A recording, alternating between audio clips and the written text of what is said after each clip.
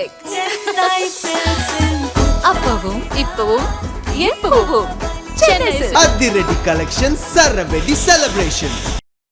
முதல்வர் ஐயா அவர்களுக்கும் தெலுங்கானா முதல்வர் ஐயாவுக்கும் அப்போ நம்ம டிசிஎம் அந்த வார்த்தையை சொல்லும் போது மாமன் உதய் சாருக்கும் அமைச்சர் பெருமக்கள் எல்லாருக்குமே என்னோட வணக்கத்தை தெரிவிச்சுக்கிறேன். ரொம்ப என்ன சொல்கிறதுனா, கல்வியில் சிறந்த தமிழ்நாடு இந்த தலைப்புன்னு கேட்டபோதே அவ்வளோ பெருமையாக இருந்துச்சு. முக்கியமான ஒரு விஷயம் சொல்கிறது தான் நான் வந்தேன். வாழை ரிலீஸ் ஆன அப்போ திடீர்னு ஒரு ஃபோன் கால் வந்துச்சு எனக்கு. சிஎம் படம் அமெரிக்காவில் பார்த்துட்ருக்காரு, உங்களுக்கு கால் பண்ணுவாருன்னு சொன்னாங்க.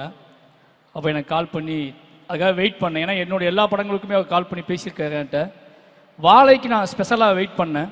ஏன்னா அவர் தமிழ்நாட்டோட முதல்வர் ஒரு வாழை மாதிரி ஒரு படத்தை பார்த்துட்டு என்ன சொல்லுவார் அப்படிங்காக வெயிட் பண்ணேன். அதுமாதிரி கால் வந்துச்சு, அவர் பேசினார் என்கிட்ட. அன்றைக்கு அந்த படம் எடுப்பதற்கான நோக்கம் அல்லது அந்த படம் அந்த கதை நிகழ்ந்த காலகட்டத்தில் இருக்கும்போது எனக்கு ஒரு மனநிலை இருந்துச்சுல்ல, அதோட உச்சமாக அந்த சிஎம் அந்த பையன்கிட்ட, அந்த சின்ன பையன்கிட்ட சிவனஞ்சாங்கிட்ட பேசினா எப்படி இருக்கும் அந்த ஃபீல் இருந்துச்சு. அதை உணர முடிஞ்சு. ஏன்னா எனக்கு கிட்டத்தட்ட கண்ணீர் சொட்டின மாதிரி ஒரு ஃபீல் தான். ஏன்னா அதில் அந்த படத்தில் ஒரு சீன் இருக்கும். முக்கியமாக தமிழ்நாடு கவர்மெண்ட்கிட்ட நான் என்னைக்காவது ஒரு நாள் அதை எங்கேயாவது பதிவு பண்ணி நினச்சிட்டே இருந்தேன். அது என்ன அப்படின்னா, அந்த காலை உணவு திட்டம் அப்படிங்கிறது தான். நான் வாழை ஷூட் பண்ணும்போது அந்த பையன் பசியில் வாழைப்பழம் திருடுவான். நான் முதல்ல திருட்டு பழக்கத்தை கற்றுக்கிட்டது பசியில் தான் கற்றுக்கிட்டேன். நான் திருட ஆரம்பித்தது வாழைப்பழத்தை தான் முதல்ல திருடுனேன். அது இப்போ என்னோடய ஸ்கூலுக்கும் என் வீட்டுக்கும் 4 கிலோமீட்டர் இருக்கும். டெய்லி 4 கிலோமீட்டர் நடந்து போவேன், 4 கிலோமீட்டர் நடந்து வருவேன். அன்னைக்கு வீட்டில் அம்மா அப்பாக்கெல்லாம் சமைக்க அம்மா அப்பாவே இருக்க மாட்டாங்க. ஏன்னா காலையில் நான் எந்திக்கும் போதே அவன் போயிடுவோம், வேலைக்கு போயிடுவாங்க. பசியோடு தான் ஸ்கூலுக்கு போவோம், திருப்பி பசியோடு தான் வீட்டுக்கு வருவோம். இதுக்கு இடையில நாங்கள் கற்றுக்கிட்டது தான் இந்த வாழை தோட்டத்துக்குள்ளே புகுந்து இந்த வாழை மரங்களில் பழங்களை பிச்சு சாப்பிட்றது தான் எங்களோட டெய்லி உணவாகவே இருக்கும். காலையிலேயே அதான் சாப்பிடுவோம். ஈவினிங் ஸ்கூல் முடிச்சுட்டு 4 கிலோமீட்டர் நடக்கணும். அந்த 4 கிலோமீட்டரில் எப்படியாவது பசங்க எல்லாரும் உள்ள வாழை தோட்டத்துக்குள்ளே புகுந்து யாருக்கு எவ்வளோ சாத்தியப்படுமோ அந்த வாழைப்பழங்களை சாப்பிடுவோம். பசிங்கிறது ஒரு பெரிய போராட்டமாகவே இருக்கும். பசியால் படிப்பை நிப்பாட்டினவங்க நிறைய பேர், என் கூட படித்த நிறைய பேர் படிப்பை நிப்பாட்டினவங்க நிறைய பேர். பசி என்னன்னா, அன்னைக்கு ரொம்ப தூரமாக இருக்கும் பள்ளிக்கூடம், அவ்வளோ தூரத்துக்கு போயிட்டு திரும்பி வர முடியாது. அதுக்கப்புறம் அந்த காலை உணவு திட்டம் வந்ததுக்கப்புறம் நிறைய பேர் ஃபோன் பண்ணி நிறைய விஷயம், அந்த செய்தி வந்த அன்னைக்கு நான் அடைந்த அளவுக்கு மகிழ்ச்சியே கிடையாது. ஏன்னா அதை நினச்சி பார்க்கும்போது அவ்வளோ இது விஷயமா இருந்துச்சு எனக்கு. அந்த ஒரு திட்டத்துக்காக எவ்வளோ நன்றி சொன்னாலும் என்னால் அன்னைக்கு அதை எப்படி படிப்பு தொடர முடியாமல் போன அத்தனை பேத்துக்குமே அன்றைக்கி ஒரு பெரிய அழுகையாக இருந்திருக்கும். அதுக்காக ரொம்ப நன்றி ஐயா. அதுக்கு பிறகு விளையாட்டுத்துறையை விட கல்வி அமைச்சர் அன்பில் மகேஷ் சார் சொல்லணும் ஒன்று.